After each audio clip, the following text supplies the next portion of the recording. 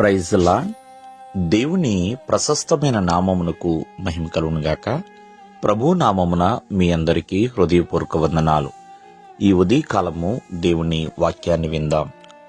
సామెతలు 22వ అధ్యాయము 4వ వచనము.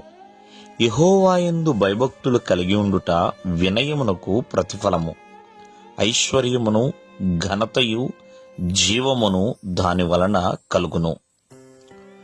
ప్రియులరా, ప్రభువునందు భయభక్తులు కలిగి ఉండుట, ఆ దేవాది దేవుని యందు ఎవరైతే భయము భక్తి కలిగి జీవిస్తున్నారో మరి వారు చక్కటి ప్రతిఫలాన్ని పొందుకుంటారండి. భయభక్తులు కలిగి ఉండాలి అంటే ప్రభువు మాటకి విధేయుడిగా మనం జీవించాలి, వినయముగా లోబడిన వారిగా ఉండాలి. అలా ఎప్పుడైతే భయభక్తులు కలిగి ఉంటున్నామో ఆ భయభక్తులకి ఈ ఐశ్వర్యము ఘనత జీవము దానివల్ల కలుగుతుంది అని ఒక విషయం చెప్పాలి అంటే, ఆనాడు భక్తుడైన అబ్రహాము భయభక్తులు కలిగి ఉన్నాడు కాబట్టి అబ్రహాము గొప్ప ఐశ్వర్యవంతుడిగా మారి ఉన్నాడు. ప్రియమైన వల్లరా, దావీదు కూడా గొప్ప ఐశ్వర్యవంతుడిగా మారి ఉన్నాడు. అటువలే ప్రియమైన వల్లరా, వారు దేవుని యందు భయభక్తులు కలిగి ఉన్నారు కాబట్టి ఎంతగానో గణపరచబడ్డారు, ఎంతగానో ఆశీర్వదించబడ్డారు.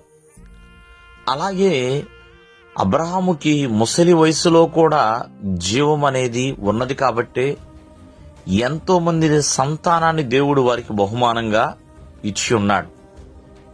కావున నజరేయుడైన యేసుక్రీస్తు వారి ద్వారా మనకి ఐశ్వర్యం వస్తుంది, ఘనత వస్తుంది, జీవము కూడా కలుగుతుంది. ప్రియమైన వర్లరా, కావున ఆ దేవాది దేవుని యందు మనము భయభక్తులు నిలపాలి. ఈ ఘనత ఐశ్వర్యము జీవము కేవలము దేవుని యందే వస్తాయా, లోకము ద్వారా కూడా కలుగుతాయి కదా అని ఆలోచన చేయొచ్చు.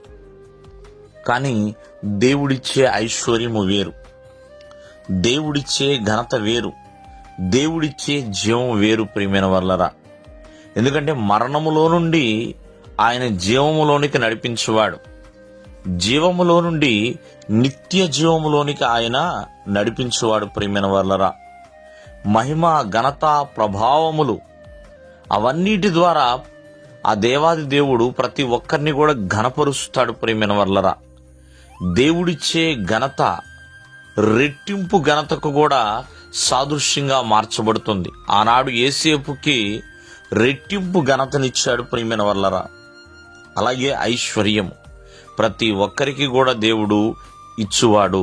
కావున ప్రభువునందు భయభక్తులు నిలుపువారిగా ఉండాలి. దేవుడు మిమ్మను ఆశీర్వదించునుగాక. ఆమేన్.